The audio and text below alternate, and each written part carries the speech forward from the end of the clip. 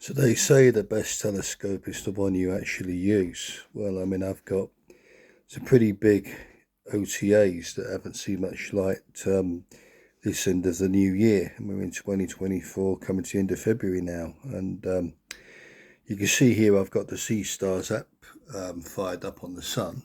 And quite an active sunspot group there. And as you can see, I've made an attempt to sketch it, albeit using a pen. But I think, quite frankly, I would never normally endorse an instrument like this, but at the end of the day, zooming out there for you.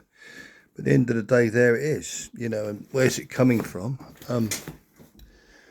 Well, there is the telescope, and it's just literally sat on the patio table, looking up. Obviously, you got to put the solar filter on, because if you don't, then you're going to damage the filter. The sun's quite low in the sky at the moment anyway. It would be, we're still in winter. But that found it by itself. No need for finder scopes, or, you wouldn't use a finder scope looking for the sun anyway. We have to remind people not to look at the sun directly, because some people will try it and it would be the last thing you'll visually do, to be fair. But that there is the Seastars, and there's the Seastars 50 telescope that people are raving about. And so what I do, I sat it down, and that's it. I mean, you can see it's moving a bit out of view here, and normally you think, oh my God, I'm losing it. But all you've got to do is press on that little circle there, and it's got two modes, fast and slow.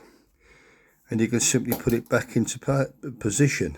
A lot of people are saying it's having difficulty finding the sun and the moon, and I've struggled more, in fairness, in finding the moon than I have in finding the sun. It doesn't seem to have any trouble finding the sun. But I mean, for me, that struggled with all sorts of technologies and techniques to get the sun or the moon into field of view when I've had to visually do it. When you've just got a camera and you can't use the aid of a finder scope in the case of the moon and sort of an eyepiece, in the sun you can always use its shadow to help. But there it is, and you can see from there it's at 90% power. The top one's the iPad that we're on, the tablet, it's not an iPad, and the lower one's the power. So, I mean, you're only going to have a couple of hours on the battery. If you're going to be using it longer than that, you need to get a power bank. But on the left hand side there as well, I'm not going to tamper with it, but you've got the ability to focus here too, and then you can change the magnification you're looking at, and you can also record a video. So I mean, I did it earlier, but I mean, you can zoom up, putting it up to 4 times here, and it will refresh the view. And there it is. Obviously you probably need to recalibrate. There you go, there's your sunspot group that we're looking at. So it comes in nice and fine. If you want to take a picture of that while you're here, you can do.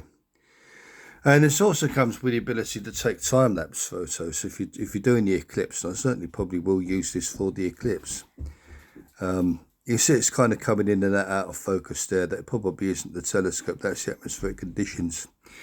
And one of the things I've decided to have a go at is to sketch what I'm looking at, which is what I've got down there, albeit I've used a pen.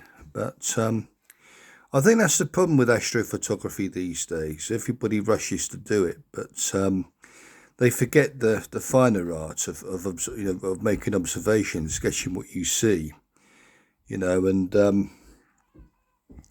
not being funny, but I've had this on the sun now for probably half an hour, and already I'm seeing some changes. I mean, that little dot there to the left of the main big sunspot group, and the big sunspot, that seems to be merging more in. It's a bit more divided when you look at it there. So I mean, that is actually changing real time. If you was to put a video on that, you'd probably be quite surprised if you speeded it up just to see how rapidly you're seeing changes there. Because the sun isn't static; it's very much dynamic in its movement. And what you got there is quite a heavy, quite an active sunspot group. So the magnetic fields down there are twisted somewhat, and you're going to probably get quite a CME coming out of that. Whether that actually affects us here, looking at the position of it, Could do. It's not on the bullseye, but I mean, I'd imagine anything coming off of that could give us some nice aurora displays. We are coming up to solar maximum as well, so we can expect to see more sunspots like that.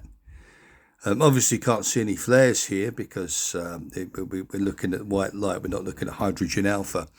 I do have a hydrogen alpha telescope, but long since rusted, the filter has, which is probably why it doesn't work, and I'm looking for solutions because I do miss doing that kind of work. And the other great thing about this, of course, is it just takes a few minutes to set it up. You just put it on the table, turn it up, connect it to your iPad. Don't know why I keep saying iPad, but you connect it to your tablet device and off you go. You know, and I think the reason why I've used it more than my regular instruments is because if it's been raining and then suddenly had a clear sky, it's a few minutes just to pop it out of the box, and I managed to grab the full moon last night as well. I wouldn't have done that otherwise. But anyway, and I'm not under any commission here for ZWO, I wish. I'm just quite a content and happy user, really. There's that sunspot group if you zoom back in. And yeah, I mean, this isn't bad for the planets and what have you. But yeah, I just wanted to show you what I'm up to.